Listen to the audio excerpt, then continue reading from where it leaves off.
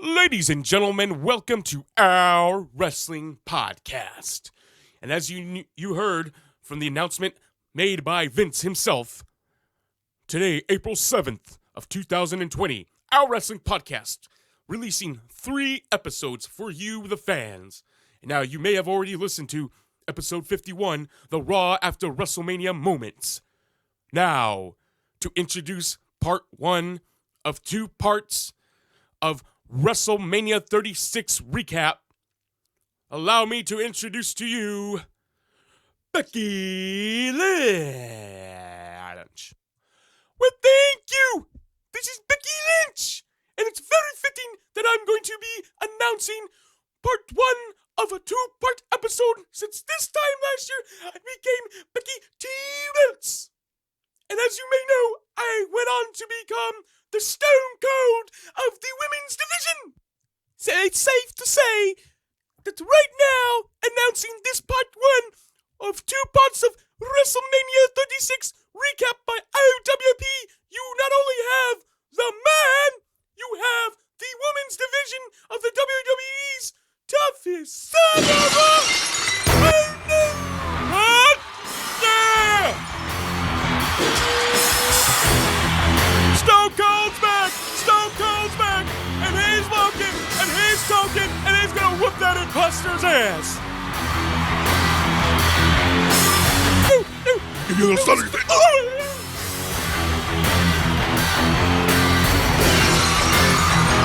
What? Stone Cold Steve Austin is back to O.W.P. What? Stone Cold Steve Austin is back to O.W.P. What? I've heard a lot of people talking trash in my absence. Hulk Hogan, me, what? You talking trash on me, what? Vince, what? O.W.P, what? COVID-19? All 3 of you, for as far as I'm concerned, just like Becky Lynch, has a can of whoop-ass with all of your names on it. So, with that being said, and since a little Law and Order is being brought back to this podcast, without further ado, the following podcast is scheduled for one fall. And today's topic, WWE WrestleMania 36 Recap Night 1. What?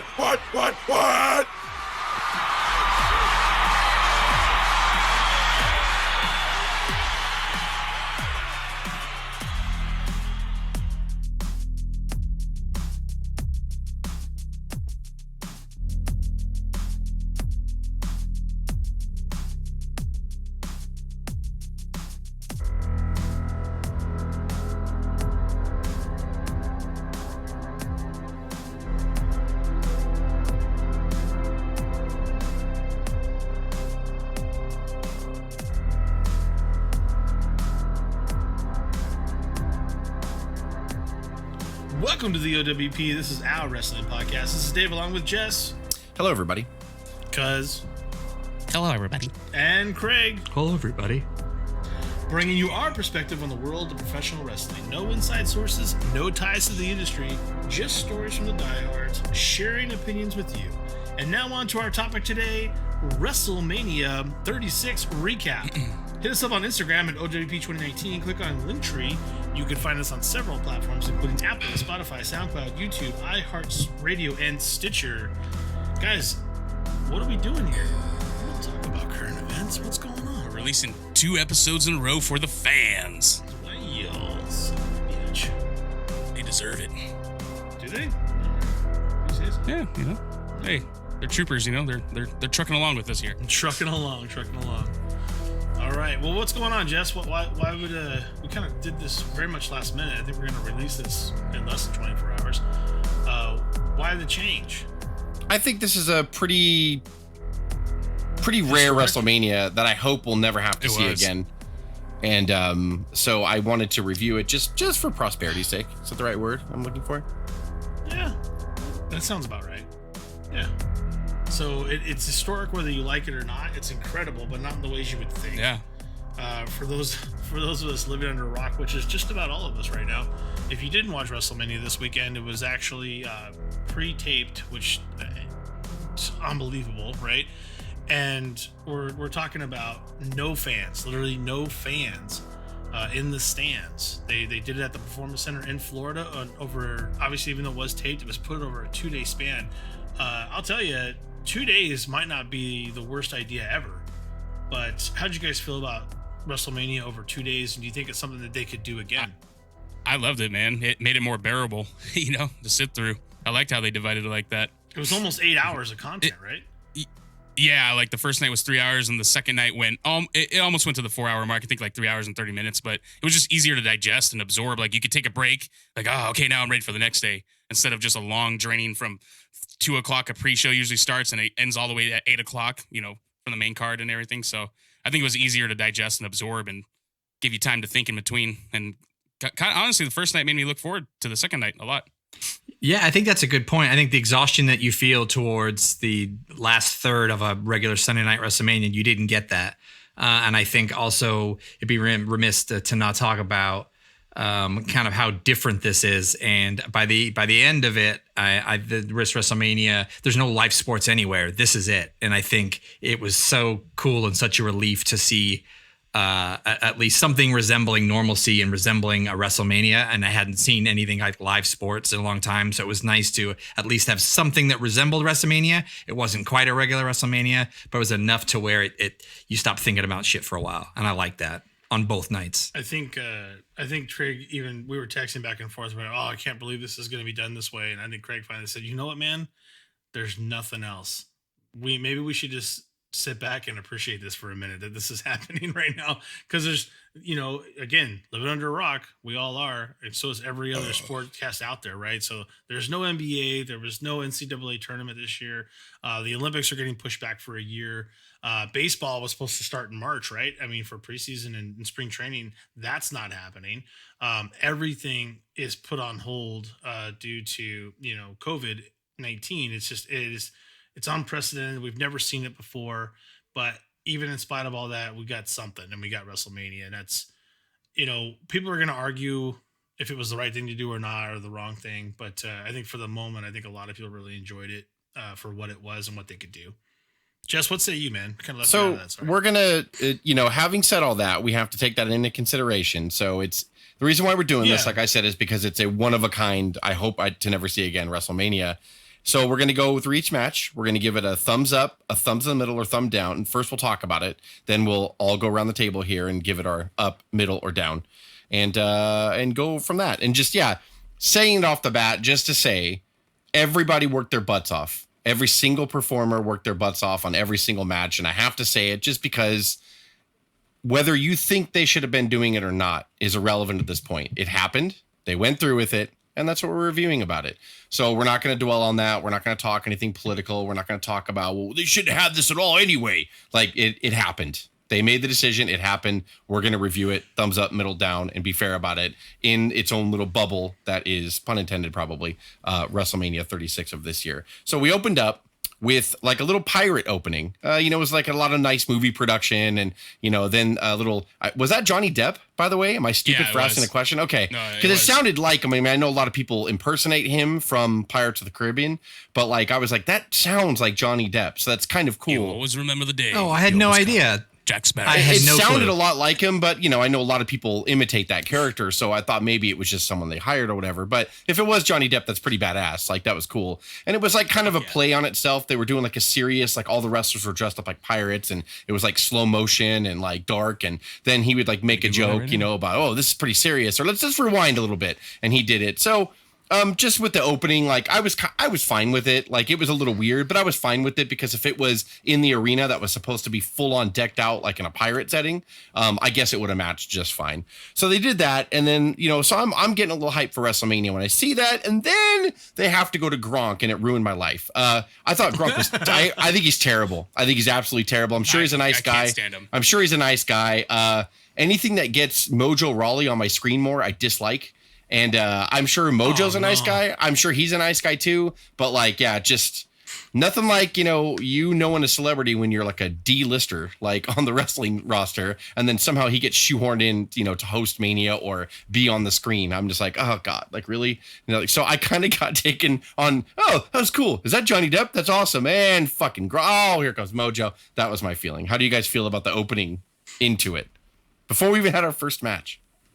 Opening was cool. I thought it was different. I thought they were kind of playing on the fact that, just my feeling that it wasn't going to be this big hyped event that they tried to be, so they kind of made fun of it. That's kind of how I felt about it. But I mean, that was just me. That was the way I took it. And I'm not a fan of Gronk either. I could tell when they brought him in weeks before, right, or the week before, and he couldn't even get the timing right to push another wrestler over. It was just it was so bad. So I'm just like, what are they gonna do with this guy? And I think he had his own Gronk attire, right? It was like 80s Russian mafia kind of zip up, swag. It totally matched the pirate theme too, so I was really impressed with that. Yeah, it was perfect. Completely matched right. the theme of fucking WrestleMania. Yeah, it was not for me. That was not for me. I don't know what you do there, but I don't think it's that. Next is what I would say. Someone on Twitter called him a human can of White Claw, which is very, very funny. That's good. There you go. Is that good? That's perfect. Go ahead. Go ahead. I was just going to jump in. So our pre-show match, which I kind of don't think they should have had a pre-show, to be honest with you, because it's all pre-taped. Yeah. So but our first pre-show match was Cesaro defeating Drew Gulak in 4 minutes and 25 seconds in a singles match. I thought it was good. Like, I mean, Cesaro always impresses me. He's selling the arm, the whole thing, and then he does a goddamn airplane spin and does it with no hands. He gets him up there, and then he's spinning in the middle and then puts both his hands down. And that was cool as shit to watch. That was an awesome visual. I give it a thumbs up for what it was. It was a quickie, but it was cool. David, what do you think? Well, I was absolutely, and I haven't got a chance to go back and rewatch it, but I think to your point, Jess, I didn't think there was going to be a pre-show, so I was just waiting for 4:00 Pacific time to happen, and I totally missed it. And then Jess texts me and says, "Whoa, Cesaro won with an airplane spin?" And then I went, "Pre-show?" He's like, "Yeah, there's a pre-show." I'm like, I didn't even know. But if Cesaro wins a match, that's a thumbs up for me because I love Cesaro, and I think he's totally downplayed and never gets his worth. And ever since Vince ever put that stamp on him that he just doesn't have it, I'm like, oh my God, you're so ridiculous. Like he's got all of it and more, and you just don't even understand that. If you want to put a mic piece on him, you've already done that. You can have him and Sami Zayn collab on their own. You don't even need Shinsuke, and it might be better because you could surround him with that guy. Like, freakishly strong, hell of an athlete, the best uppercut in the business. Cesaro has it. I don't care what anybody fucking says, but sorry, I digress. Piece of crap, cuz. What do you think? Oh my God. Oh, it was good. It was good for what it was. It was a short match, but for the wrestling purist fans, it accomplished what it set out to do, and I gave it a thumbs up. I liked it. Neutralizer, he couldn't pull it off, so he said, "Oh, but fuck it, I'm going to put you on my shoulders and spin with my hands on my waist." I don't know what kind of accent that was. I don't either, but it worked. Yeah. It's okay. That's how he sounds. That's how he So thumbs up, Craig. Right? I'll give it thumbs in the middle. I'm coming at this from a very strange perspective because I didn't see any of the Raws or build up, and so I never saw anything in the Performance Center yet, and so I'm in shock just watching this at this point. So I'm just going to give it a thumbs in the middle, and I'll tell you the point. I think with along with a few million people that maybe just watched WrestleMania to join and hadn't seen any of the Raw stuff, so I'm in shock and taking in the no crowd, the grunts, the whole kind of look and feel, and it took me a while to get adjusted to WrestleMania in general. And I'll tell you when I finally kind of dropped it and started to really get into it and enjoy it, but I was purely just in shock at this point. It's like, what are they doing and how are they going to do this? So thumbs in the middle, I guess. That's a good point, though. I'm with you. Yeah. So the next match is for the Women's Tag Team Championship. The Kabuki Warriors defended their tag team championship against Alexis Bliss and Nikki Cross and fell to defeat and lost their titles. New women's tag team champions, Alexa Bliss and Nikki Cross, 15 minutes, 5 seconds. I thought it was a good match. I'm glad you brought that point up, Craig, because as I was watching this match, I was imagining this opening up in front of 70,000 people. And I was like, I think this would have been a pretty fun opener. Like, I know people made a big deal last year about the women main eventing, but I think the women opening was important too. We talk about the opening match a lot, and when it's done right, it does set the pace for a card. It wasn't like the best wrestling match I've ever seen or anything like that, but like I thought they all four worked pretty hard. They put importance on the tag titles, and it wasn't like super stupid and short. Like, oh, just get the women out of there, just change the titles and get out in 5 minutes or whatever. 15 minutes. Some people could say it was a little long, but for an opener, I thought it was okay for what it was. I gave it a thumbs in the middle. I don't mean that to be rude. It was good. It wasn't great. It was good. What do you think, Dave? I'll give it a thumbs up, man. I because I think to Craig's point, when it gets really quiet in there, they don't know what to do. The Kabuki Warriors went in there and set the tone verbally and physically, right? Asuka's great. So much fun amazing. to watch. Yeah, and she's so animated in there, and Kairi Singh kind of follows her lead with that. But they're so loud, it's almost obnoxious. But it's in this environment, I think it's needed more than ever. They know how to wrestle in front of like maybe 20 people instead of 70,000 because they could make their own crowd noise and their own hype and their own energy. And I think all four members of that match did feed off that energy, and it was pretty aggressive. Not as aggressive as some other matches we'll talk about, but I give it a thumbs up all day because there were some huge high spots. I think when Bliss kind of comes over and does her finisher over Asuka when she's on top of Nikki, and there was a lot of moves like that. Kairi Singh's elbow was intense. I mean, that's the best elbow in the business. I'm telling you right now, the elbow off the top. She does a great job with that. She sacrifices her whole body to put that elbow down. I think I've said it probably too many times before, but I always enjoy any Kabuki Warrior match, and I think giving it the titles at that point was a good spot to do it, and I give it a thumbs up. Yeah, I'll go thumbs in the middle. I love Kabuki Warriors. I love that they gave kind of the women another kind of ceiling. They've to Jess's point, they've closed with them. Now they've opened them, open to WrestleMania. So again, I'm still in this kind of strange period of sinking it all in. So I need to go back and kind of watch it now that I'm totally comfortable and I've seen 8 hours of WrestleMania of it. But the fact they put it in these girls' hands to kind of handle, I think in front of a big crowd, it would have been great. And I think it was serviceable in this instance. So thumbs in the middle. I was texting my Instacart guide. Cuz, did you go? I'm sorry. No, I'm sorry. Oh, what do you think, Cuz? I gave it a thumbs up. First of all, I'm a fan of all four of the women involved in it. Mm-hmm. But yeah, I mean, it set out what they set out to do as far as an opener goes, and they were given enough time, and I think the right call to give Alexa Bliss and Nikki Cross the tag titles there, because I'm hoping it's going to lead to Asuka or Kairi Sane kind of getting their own shot at a single run.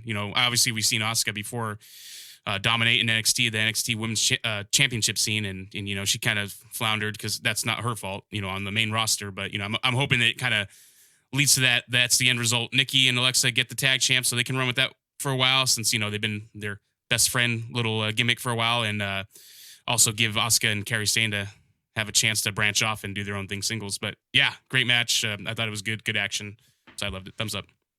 Well, let's go on to the next match here. It is a singles match. In 9 minutes, Elias defeated King Corbin. I gave it a thumbs down. And the reason why is because I'm tired of them dicking around with Elias when they have something. So ridiculous. And I get this is different circumstances, right? So I can't kind of base off the build right now, under normal circumstances. But they've fucked with Elias so many times, and I'm tired. I'm just, honestly, it's fatiguing. And Baron Corbin, I get his purpose, but if it's not with a babyface that's put over in a position to overcome and kind of go to the next level and become a next star, I don't care for Corbin. Sense. Yeah, I don't care to watch Corbin. So thumbs down. I'll let you guys take it. I can just say a lot of negative things and I don't want to. I love Elias. I love Elias. That's why this is where this is based off of. I honestly too. I love Elias, and I love Corbin for what he is. I mean, I think Corbin in a lot of ways is the best heel in the business. He is legitimately hated. I mean, I agree with that. He is doing his job, but this doesn't work. I don't think I think we've had podcasts of basically oil and water, right, Jess? This is pure oil and water. They don't mesh at all to me, and I'm beginning to wonder, because Elias has not wrestled almost at all for how long? Over a year? Yeah, he gets a few matches here and there, right? Yeah. I don't know if he's rusty. I don't even know. I mean, I know he's great outside of the ring, don't get me wrong, but I'm beginning to question the ability now. I just want to see him go hard 10 minutes, like nonstop, and get that ring rust off. I don't. Maybe it's just because they don't mesh, but I love Elias. Don't get me wrong. I've not seen. Eventually, you got to get a quality match in there, and I haven't seen a quality match in a while. And I'll give it thumbs down for all those reasons and more. Sorry, go ahead. No, I was just gonna say. I mean, Elias. I think he was out with an injury for a while. Yeah. That's why he had that return a few months ago or whatever it was. He actually put in some solid performances in NXT. That's where that's where he first came up. That's what I'm saying. He did, yeah. But have you seen it since? Right? No, not really. I mean, I just don't think he's been given the opportunity to have that because they were more focused on his gimmick, the singing and everything. But this, I'm actually going to give it a thumbs in the middle just because I felt like because I'm a huge fan of Corbin, and I felt like he capitalized on the no crowd, the silence with the shit talking. And he did a good job. I loved it. Yeah, he worked he worked it with the camera angles as far as whenever it was on them, front facing their front, and then him facing or looking at the commentators saying, "Yeah, you like that view, huh? You like that view?" And he was talking shit to JBL, and then I feel like Corbin made the match enjoyable or bearable to sit through. But obviously it wasn't a great match. It wasn't a great match, and then the same points with Jess said, like, I'm tired of them. Like kind of going hot, cold with Elias. So that's why it just doesn't do it for me. And it's like, yeah, it's just one of those matches once it's put together, kind of like, one we'll get to on the second night of WrestleMania. It was put together and it's like, as soon as it's put together, you're like, I'm not looking forward to that match unless they do something, crazy and special and exceptional. I'm not looking forward to it. But thanks to Corbin, he made it enjoyable for me with his shit talking and taking advantage of the silence in the arena. So I give it a thumbs in the middle. I will give it a thumbs down. I was going to give it a thumbs in the middle, but what was unforgivable was for that drop off like the stand that commentators were with the Gronk stand when they didn't show the angle and they never showed him hit the cement. So that little. That's right. Is that the week before? Yeah. Or was that wasn't? Yeah. Was it the week before?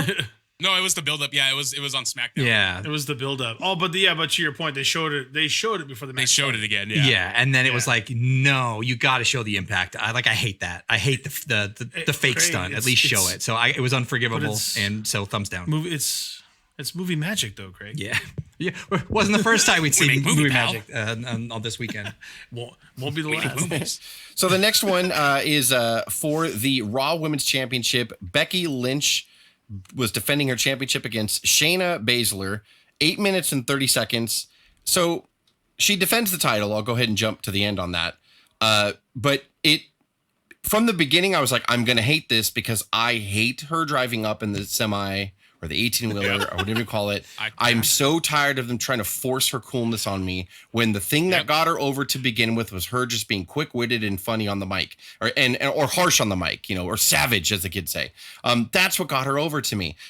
Like her trying to be like Austin or whoever the fuck else they're trying to make her like. I'm fucking not. It just shows like it screams they should have just spray painted on the outside of the big rig. We're out of touch and we don't know how to connect with you. Because that's what that screams when they do it. They're like, yeah, make her cooler. Put her in a semi. Oh, totally. Yeah, because that's always been her gimmick. What? Like it just doesn't make it. And they brought it up for 3 straight weeks. Yeah, that's what I mean. Even worse, it wasn't like just a rare WrestleMania entrance. She'd been driving the fucking semi up for like the last 3 weeks on Raw. Why? Like it doesn't make any sense. But having said that, when they get in the ring, they gave me everything I want. I'm a big fan of Shayna Baszler. I came into this expecting her not to win the title from Becky. I was hoping it wouldn't be a screw job like DQ or count out or something dumb. But I don't mind Becky going over because she tricked her. She was getting kind of dominated the whole time and she flipped over. And that old thing we see Brett do all the time. He beat everybody like that really quick.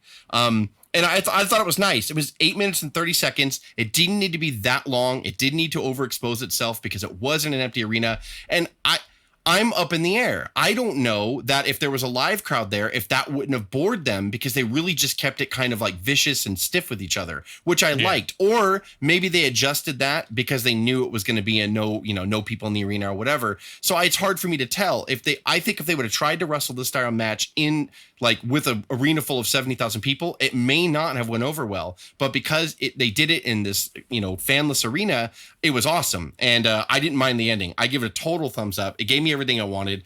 I'm looking forward to them to wrestling into a building with a crowd in it. And I truly believe on the rematch, Shayna's going to win. And I think that's totally fine because Shayna didn't tap.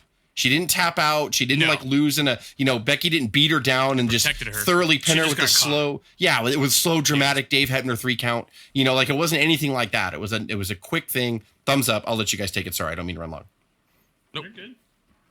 No, thumbs middle for me for all the things you say in the beginning, that the entrance is longer than the match.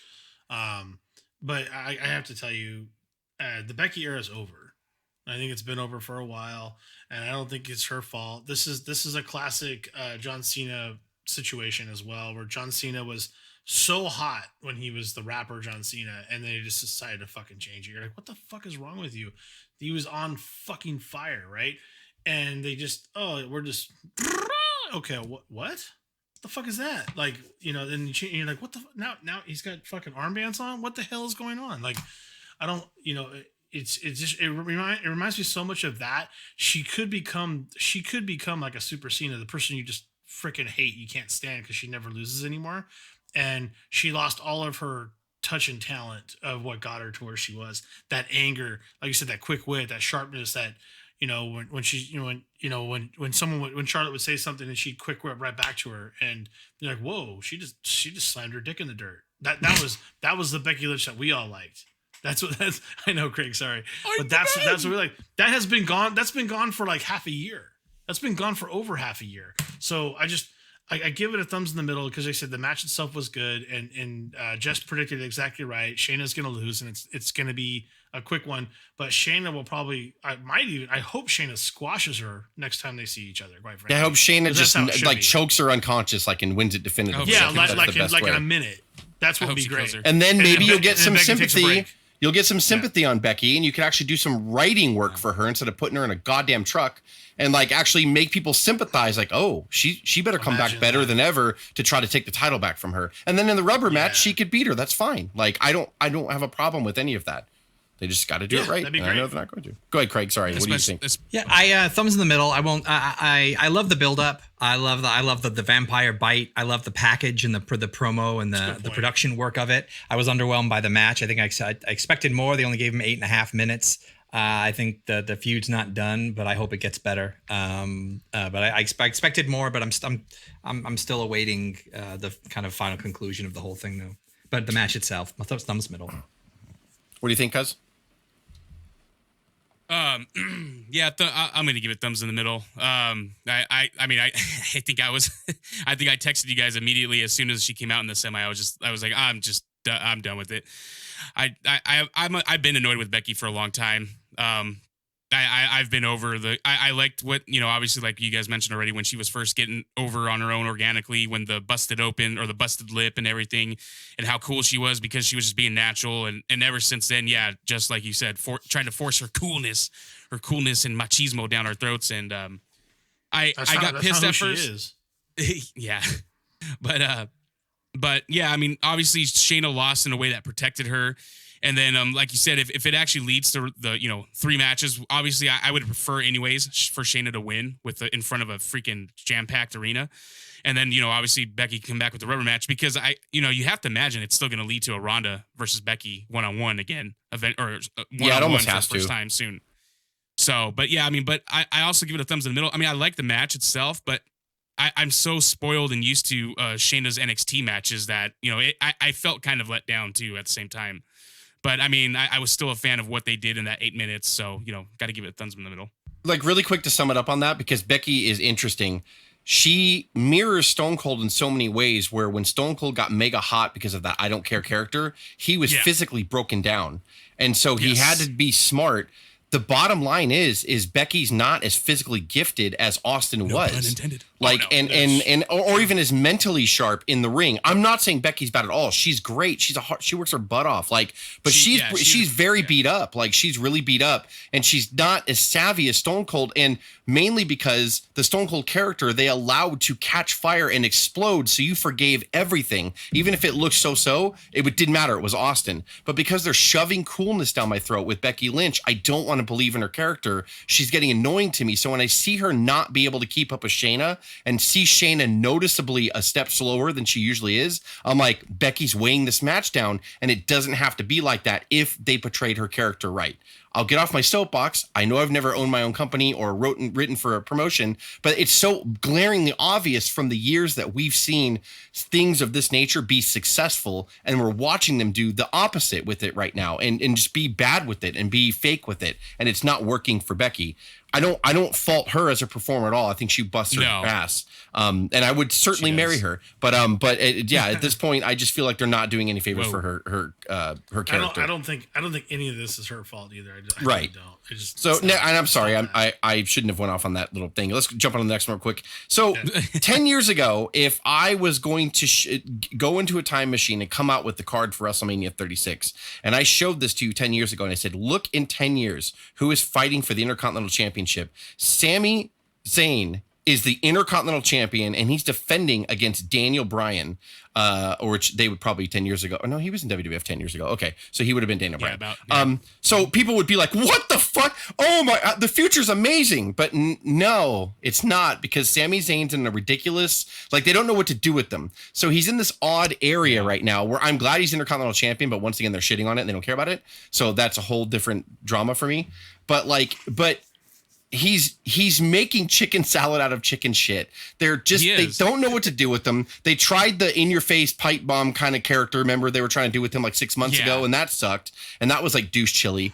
And then but he's so good that he's still getting this over. And Daniel Bryan's on the back nine of his career, way on the back nine of his career. Let's be honest. So having said all that, again, the person 10 years ago that I would tell this to would be overexcited, but both guys are so super talented, and they know each other so well from the indies before WWF that it was a 9-minute and 20-second match. Sami defended the title and pretty much pinned him clean, but to me, they were so fucking stiff, and they worked so good with each other. You could tell they've worked in gyms with 50 people before, probably watching them, and they were that good with it. They were the first match that I was like, this match was actually designed perfectly for this venue, because they both didn't even think twice about it. Jess, what did you text us that Sami looked like? He looks like the Cuban assassin from WCW back in the early 90s. It was well done. Every time I see him, I'm like, he totally reminds me of the Cuban assassin from WCW. But I thought it was great. I mean, with all the negative that I said, the shitty way they pushed Sami, and no fault of his own, Daniel Bryan just got injured a lot, and he's on the back nine, and he's just doing favors for people, while he wraps his career up over the next X amount of years. But it was a great match. I was so excited to watch them go, and I was just like, man, I wish they were both. This was actually a major marquee match, like their name suggests it should be, right? With the title that should also suggest marquee match. But I'm glad we got it. But man, these guys, they went nuts on each other. I was so fuck, watching some of the moves, and Daniel Bryan's so careful in there now, as he should be because of his injuries, but he hides it so well. And he's just I still think he's the best wrestler in the world today. Sorry. I really think he is. Sammy's great too, but Daniel Bryan, I think, is I don't know anybody that can be better than him, because again, he is physically, they don't give him a good character either. He makes chicken shit out of chicken salad, but he physically finds a way to make his in-ring better, knowing, okay, I can't do this anymore. I can't do that anymore because of my neck or my concussion, habits. So I'm going to change this and change that. And he gets better and better. He's incredible. I love him. Thumbs up for me. Yeah, thumbs up for me too. This was the moment. I think it was at the exact same moment that Daniel Bryan was slapping the shit out of Sami, which was the loudest thing I've ever heard in an empty arena. I kind of got shook awake and was fully in the moment and present. And then I was WrestleMania ready at that point. I was like, all right, I'm in, I'm on board, I'm strapped in, let's go. And to hear them all kind of mess with each other too, and there's the rest of the characters kind of around the ring, and hard hitting matchup. I loved it. Thumbs up. This is when WrestleMania started for me. There you go. That's a good way to describe it. I liked it. I get thumbs up. Just the styles, them. This was another, just like the Cesaro and Gulak, for the wrestling standpoint of it. Just a big fan, and I actually liked it because I liked it that Sami won clean, because I think there's more they can do with this, because I seen Daniel Bryan tweeting before this WrestleMania saying about how he would like to have Chad Gable join the stable with him and Gulak. So I think you can get a lot of good, push the story further and get a lot of good competitive matches between the three. Because I know it just looks like they threw Cesaro, Sami, and Shinsuke together randomly, because they did. But the three, they're so talented, they can make it work. And I think it would be awesome to see them continue this rivalry, like almost like to see what team is the better wrestling team, and just the action, the wrestling skills, the technical skills, the stiffness of the match. I loved it. I gave it a thumbs up. Fan of all the guys. We've I think most of us on this podcast have seen. We watched El Generico for $20 at Elks Lodges all over Los Angeles, right? I mean, and we loved every minute of it. Sami Zayn coming in at a cool 160, probably if he was lucky. A lot smaller. Yeah. Yeah, just super tiny, and just putting in work every night. And no, like Jess's point, this is why they know they came up from the indie scene of nothing. Both of them did, and they know how to wrestle in front of 500 or 50, and guess what? 30,000 to 100,000 doesn't phase them either. They know what to do, and they've always known what to do. And yeah, the match was snug is a good way to describe it, I think, and I think it had to be.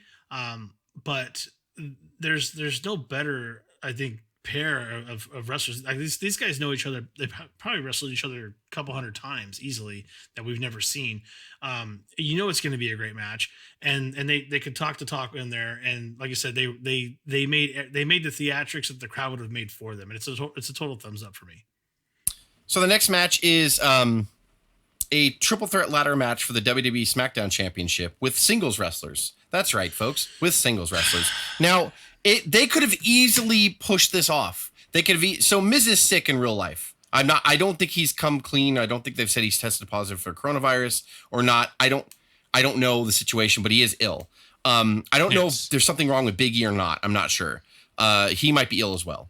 But the thing is I'm not saying cancel the match, and I'm not opposed to them saying, well, since 2 of the 3 teams got injured, obviously we have to take one of the Usos away and we'll do it a singles match. That I'm not opposed to that. I'm honestly not, because I know that sounds stupid. Just be open about it. But say it. No, I don't even say be open about someone being ill. Just say injured. Just say injured. That's all you have to say is Miz got injured, because I guess all the teams were brawling last week on SmackDown. It was like we had straws and they picked the longer straw, so they get to go out.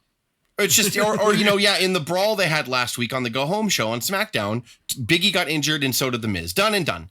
And that's all they had to do. But they didn't even talk about it. Like, they didn't even say why. They just said that the 3 were going to compete representing each team for the tag team championships. So 18 minutes and 30 seconds later, they have a brutal ladder match, and they all 3 worked incredibly hard. You wouldn't expect anything less. John Morrison is nothing short of amazing. But I really have a problem with the way they set the stage with this. I just think it's lazy. It's pre-taped. You could do what you want. You could add your own commentary. You could do whatever. Just a quick 30-second explanation as to why this is happening like this. And on a side note, so I give it a thumbs up, but it's actually teetering towards a thumbs in the middle for me. Yes. I'll tell you why. Because for a ladder match, God damn it, you need 70,000 people. You just do. And all the drama build with falling off the ladder and almost and teetering and all the psychology things that you use in a ladder match. Don't get me wrong. I still like oohed and awed because you hear the metal smacking or the aluminum smacking against their skin. That doesn't sound pretty. That sounds painful. But like I missed the spectacle, or even 20,000 people in an arena watching a ladder match. The ladder match is just meant to be that way. And that's why I teeter towards thumbs in the middle. But having said that, I have a hard time even saying thumbs in the middle because these guys just worked so fucking hard. And like I said, John Morrison did some shit in this match. They all did, but John Morrison did some shit. That's all, some shit. Like, I was like, what the fuck? Like, the ending of it, that was fantastic. Morrison's a god. I mean, just, his move off the top rope where he basically, guys, it looks like he's doing a back niner off a high dive and hits, I think it was, I don't think it was Uso. It was Kofi onto the ladder. And then just the work at the end, like you said, the end with the ladder, to Craig's point, was genius. You can describe that, Craig. I won't take that from you. But I thought that was one of the best endings of a ladder match I'd ever seen.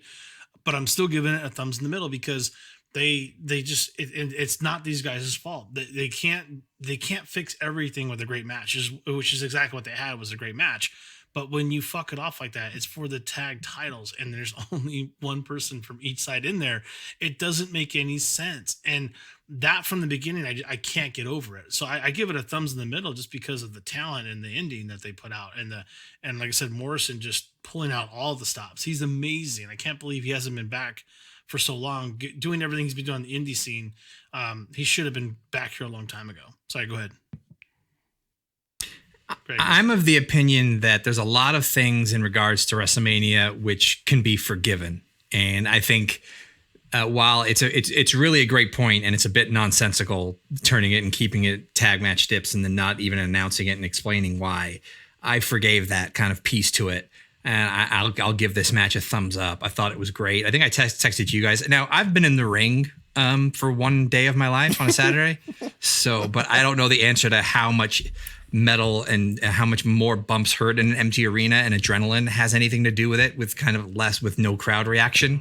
I mean, I know all these guys have wrestled in front of 10 people at gyms and armories and things, but man, just to see them do the shit that they did on the ladder and the ending without the 70,000 people or the 16,000 people, it just must have hurt 3 times as much for them. It was just, I appreciate it. There's no adrenaline, right? Right. Or maybe there is. I mean, no I don't pretend to speak as a wrestler. How do they do it is the question. Right. And I think you're right, Craig. If you can forgive that one thing, it's a thumbs up all the way. Yeah. And then the ending was they actually took down the piece where the belts was strapped in, the brace that they've been using for I don't know how many years. Someone should jump in and say that if it's over 5-10, but the piece with both the belts on it, they all held that together. And then Morrison took both belts off and then took a back bump right onto the back of a ladder. And there was a big reveal that he was holding both the belts. So he hit it so hard, he actually lost one of the belts in his hand. I think he hit the ladder so hard he had to re-grab it. Oof. I think it's an incredible ending. Yeah. Sorry, go ahead. Because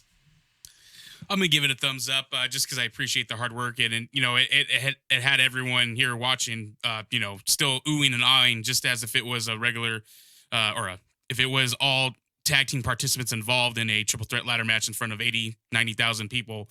You still got that reaction. They put in the hard work and just the silence in that arena. Yeah, like you guys mentioned, you can hear the ladders hitting their bones, and just hearing how heavy those ladders sounded and everything just kind of added more to it.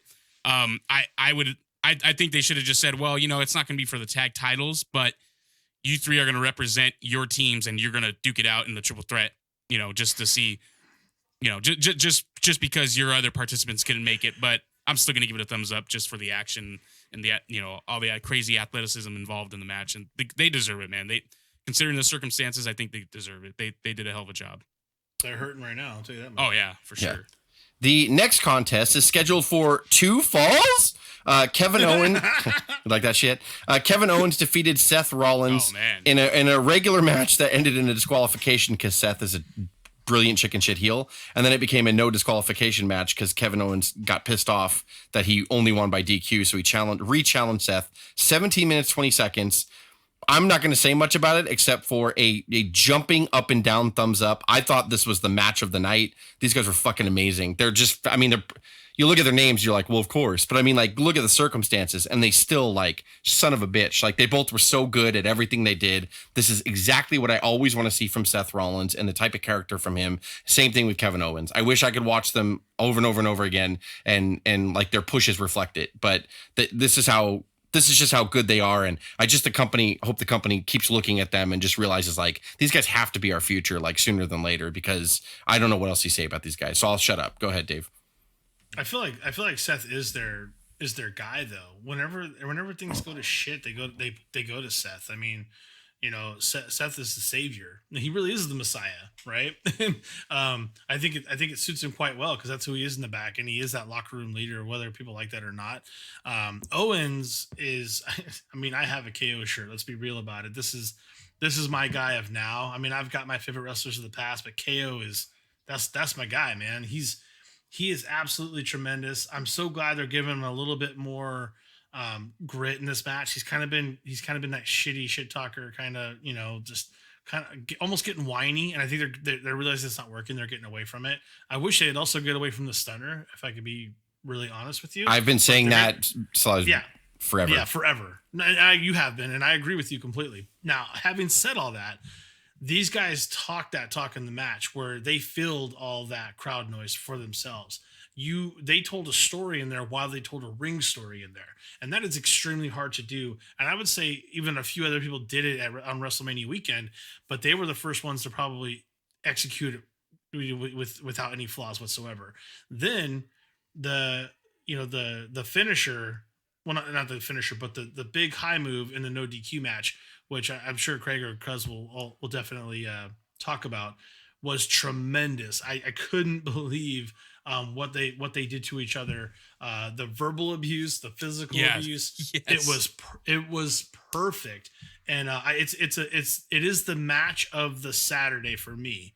It is the best match of that night, and it's definitely a thumbs up. It was flawless execution all the way through. Match of the night. Match of the night. Match of the night for me, man. I mean, I got a little worried. I mean, well, first off, after the match ended, and then I loved it. Owens, Seth, I thought you were Mr. Wrestlemania. I thought you were a god. Instead, you're being a little bitch.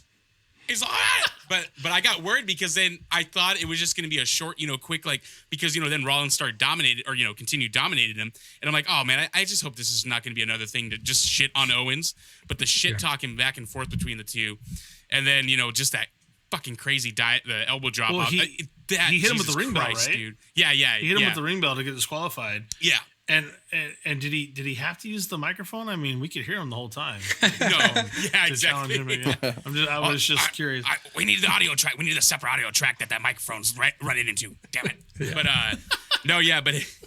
But then I got worried there just because Rollins continued dominating him. So I was like, oh man, I hope this is just not another reason to just or another way for them to keep shitting on Owens and just have him get dominated and just lose again right now. But man, it was just tremendous. That was where I was like, oh man, see, they can work really well and do a lot with this, take advantage of the silence, kind of like how Corbin did earlier in the night. And then this one just took it to that next level of utilizing, just the empty arena and being able to talk shit back and forth to each other. But goddamn, man, that elbow drop, it looked like he really came crashing down on Seth Rollins' sternum and probably legitimately knocked the air out of him. But I give it a thumbs up, man. Match of the night for me. Yeah, just real quick, a big thumbs up. Loved it. Surprised to see Kevin Owens go over too. So against Seth Rollins, I guess you could say twice, really. And then my only thing I can add to this, best in-ring match of the night. And then the only thing I'll add is I really enjoyed that from 20 feet high in the final match. Not only do they hammer home WrestleMania moment, but Kevin Owens actually, I think, yelled, "How's this for a WrestleMania moment?" Yeah, as he launched to the elbow. So all it was missing was a stamp that said as he jumps off of the WrestleMania sign to 20 feet in the air. But that's phenomenal. It was awesome. That's all I have to add. But it was great. Yeah, good stuff. So it's always bad news when one of your top championships is used as the cool down match from an amazing match that we just talked about. This is just everything that's wrong with this company in a nutshell. Braun Strowman defeated Goldberg to win the Universal Championship in 2 minutes and 10 seconds. Thumbs down, total piece of shit. Go ahead, Dave. And it deserves no less than 2.5 minutes from all three of us. Thumbs down. Goldberg can't work. 3 spears and he's gassed, and everybody knows it, and that's how they have to work the match, and that's why it's a squash for Braun. I've seen enough from him. I get what Goldberg's about. I've seen enough of him. He's done. It's like he wanted to protect Wyatt, and from what? I don't know. Go on, take it. I think I'm gonna give it. Oh, sorry. Go ahead. No. Go ahead. For me, thumbs up all the way. I think they had a story to tell. They told the story. The fact that they only gave them 3 minutes is criminal. I think Goldberg had a lot more to tell. His story's not over. And I think when these guys have the rubber match, or when they have, when they wrestle again and just have their number 2, it's going to be fantastic. And I just don't think. Can you imagine if the legit setup after a 2-minute match is like the rematch is going to be a 60-man Iron Man match? It'd be so fucking funny. Yeah, and then I'd be like, well, they know they're pissing us off at that point. They're doing it on purpose. It was garbage. But yeah. Cuz, what do you think? All that's bullshit. I'm lying. It's in thumbs down. I'm going to give it 5 thumbs up. I think it was great because it was short. And no, of course, thumbs down. Thumbs down all the way down, man. God damn it, man, that title. Yeah, we're not even talking about the fact that Braun was a replacement for Roman. Yeah, because Roman obviously can't wrestle. Well, Dave, right now. it's funny. Neither did they. So I mean, why should we talk about it? They didn't even bring it up. Right? Fucking, they didn't even so so I'm going to jump into The Undertaker defeating AJ Styles in a Boneyard match in 19 minutes. So, okay. We make movies, pal. So, yes, we do. The whole final deletion shit that happened a few years ago with TNA split like the wrestling audience, because again, even way back then, the WWE was putting out hot garbage. And so people were just desperately looking for anything that would spark an interest or kind of show that this is kind of the new, like thing that people are used to or like want to see, or the way they want wrestling to go, not on a permanent basis, but what they accept as entertainment. And it was met, I would say, overall with decent success. The whole final delete things, it defined a character for Matt Hardy, and it worked, and that's fine. And then it just kind of slowly like faded out. WWF obviously couldn't get it right when they brought his character in. They tried a final deletion, I want to say, didn't they? And it was like, it wasn't great. It was overproduced and stupid. And it smelt of WWE. This is what, like, I don't even know if I can word it right. So when a germ of an idea starts like on the indie scenes, and then a big company is always going to copy it. If the big company does it right, then it becomes mainstream, like Foley's hardcore matches and stuff. That could be good or that could be bad. This to me was what that should have been. When the germ of the idea was started in Impact, and Jeremy Borash and Matt Hardy said, how can we fucking do something different? Anything. Like, let's try this. Like, this is a big company taking an idea from the lower companies and doing it fucking great. They used a legendary figure like The Undertaker and someone who's super seasoned like AJ. But it was like the best I can describe it is it was a fight scene from a movie, and it was awesome. And I'm not even I'll let you guys talk about specific spots and stuff. But, you know, when I first saw Undertaker walk up, and I thought it was cool that he was the biker taker, and I thought it was awesome, and it kind of gave me a little bit of chills because it's kind of cool. And then like it wouldn't have worked without that, right? No, it wouldn't have. If he was just a dead man, I don't know if it would have been as good. And so when he started walking over towards AJ, I think I text like, this is already garbage. He could barely walk.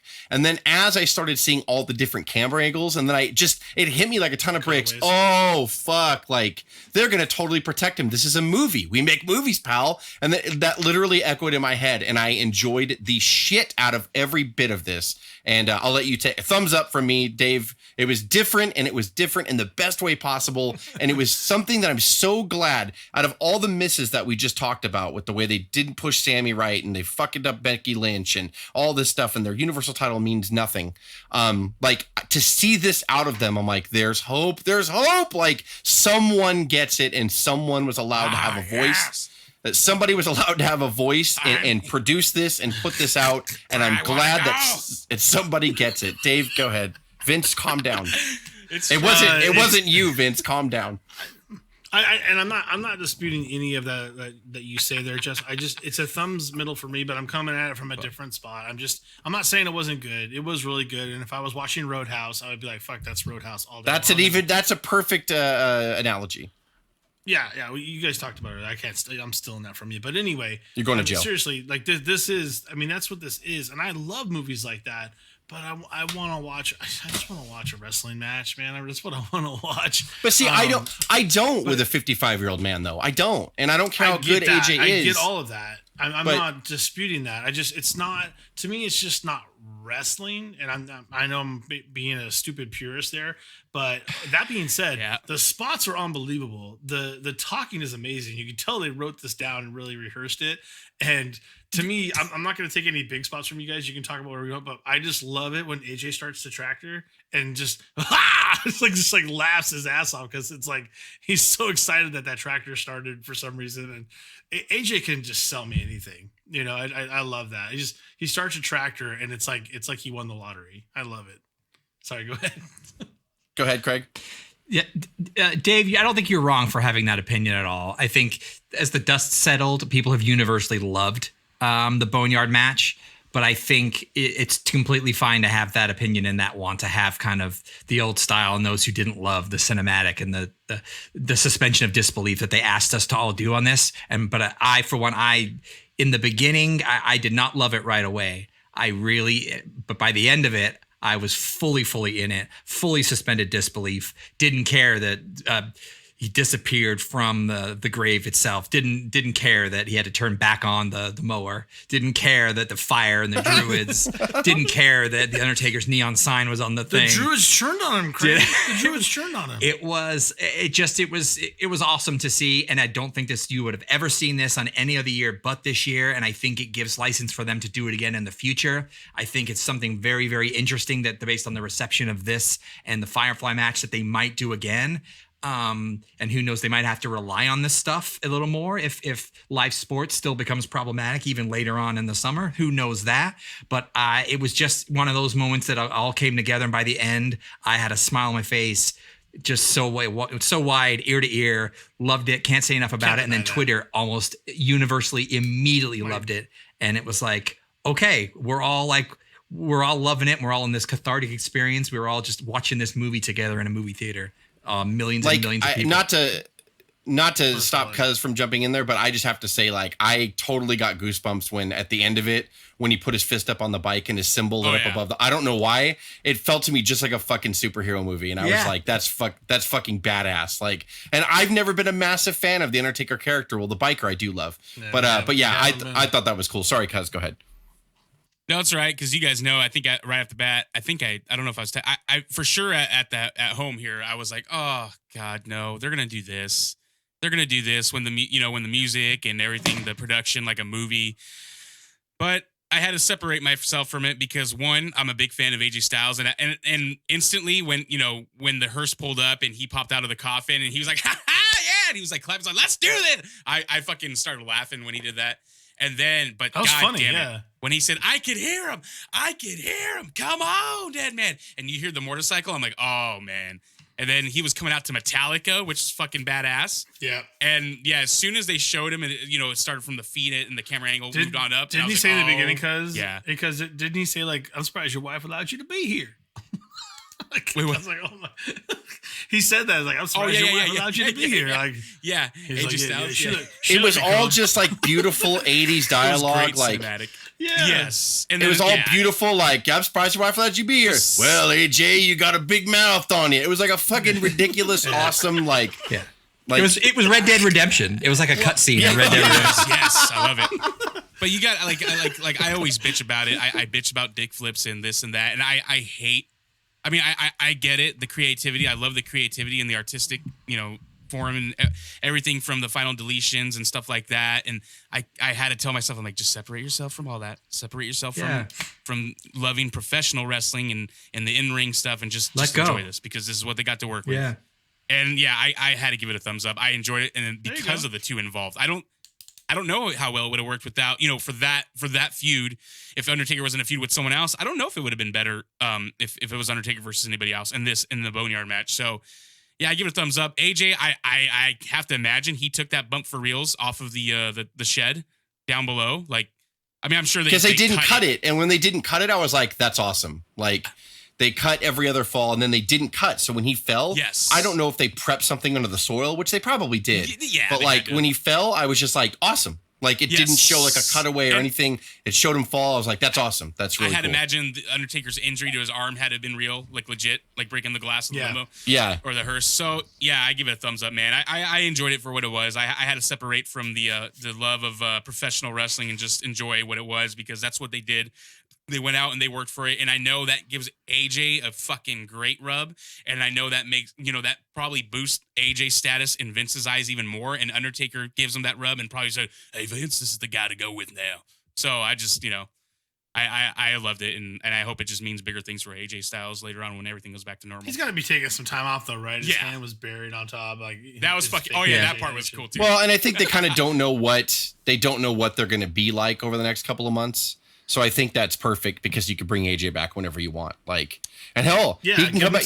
He can come back again as a face and be like, I got the shit beat out of me so bad. Like, I've changed my ways. Like, he could legitimately do it if he wants to and still be funny. Like, and so I don't know. Like, yeah, they could do a bunch of different things. So that's to sum I'm up. a zombie AJ Styles. I'm a zombie. Oh no. Yeah. I just hope I hope they stick with the biker Taker. If Taker is gonna, when everything goes back to normal and we're back in the audience filled arenas, I hope Taker actually stays as the biker Taker now and finishes his career that way, because that I love the biker Taker. We're just getting started. So after night one, I would say overall I give night one a thumbs up. Does everybody else agree? Yeah. Yeah, thumbs up. Yes. Yeah. I think it was way better than what we expected it to be. Right? Yeah, for sure. Yeah. And then so that got me excited for night 2 on Sunday night. I was like, here we go. And then night 2 had to happen and start. Old Stone Cold Steve Austin is back at it. Now, that was night 1 of O.W.P's Wrestlemania 36 recap, what? Old Stone Cold has returned to O.W.P, what? So don't forget, You can listen to our wrestling podcast across all platforms, including Spotify, Apple Podcasts, Stitcher, SoundCloud, YouTube, and iHeartRadio. So that concludes part 1. Stick around for part 2. This has been our wrestling podcast.